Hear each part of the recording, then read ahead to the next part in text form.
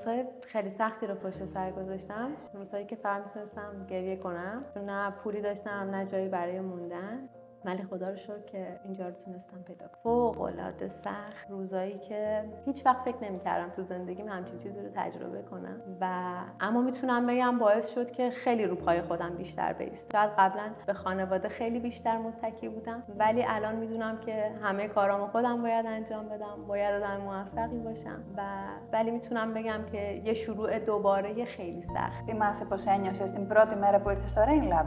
اولین باری که اومدم اینجا یه حس صمیمی و دوستی رو دیدم و اینکه اینجا فضای خیلی آرامش بخشی داشت برای من. احساس انسان دوستی رو خیلی زیاد میکنه و یادآور اینه که زنان چقدر مهم هستن توی این دنیا و میتونن با امید زندگی کنن، میتونن کارهای خیلی بزرگی رو انجام بدن. یه جورایی میتونم بگم حامی زنانه. Ποιο είναι το πιο όμορφο πράγμα που έχεις ζήσει εδώ?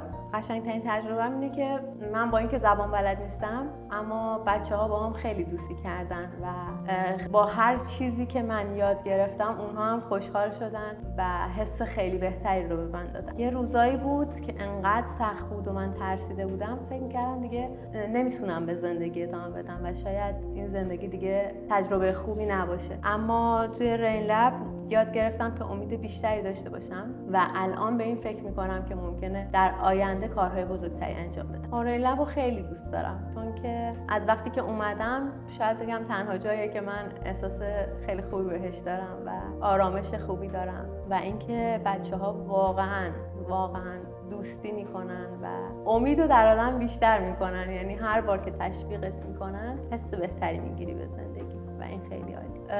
اول از همه این که فهمیدم بتونم خیاطی کنم و اینکه ساختن وسایل و اینکه یه چیزی رو به وجود میارم چقدر برام جذابه.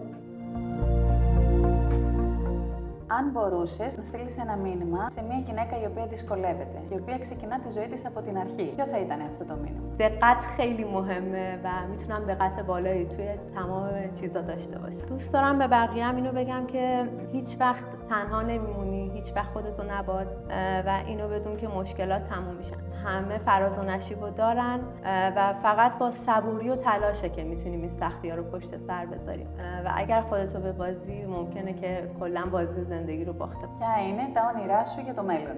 من از وقتی که اومدم اینجا خیلی به این فکر میکنم که حتی من هم بتونم به مهاجرا کمک کنم و بتونم واقعا شاید جایی رو مثل رینلب بتونم فراهم کنم که هر کس که میاد بتونه کار داشته باشه، چون خودم از بیکاری، از بیپولی و اینا خیلی سختی کشیدم اینجا و اینکه کاری برای خانم ها وجود نداشت، همش کارهای مردونه بود و خیلی سخت بودن و دوست دارم در آینده این کار رو برای مهاجرا، پناهنده این کار رو انجام بدم که بتونن راحت تر باشن، مخصوصا خانم ها.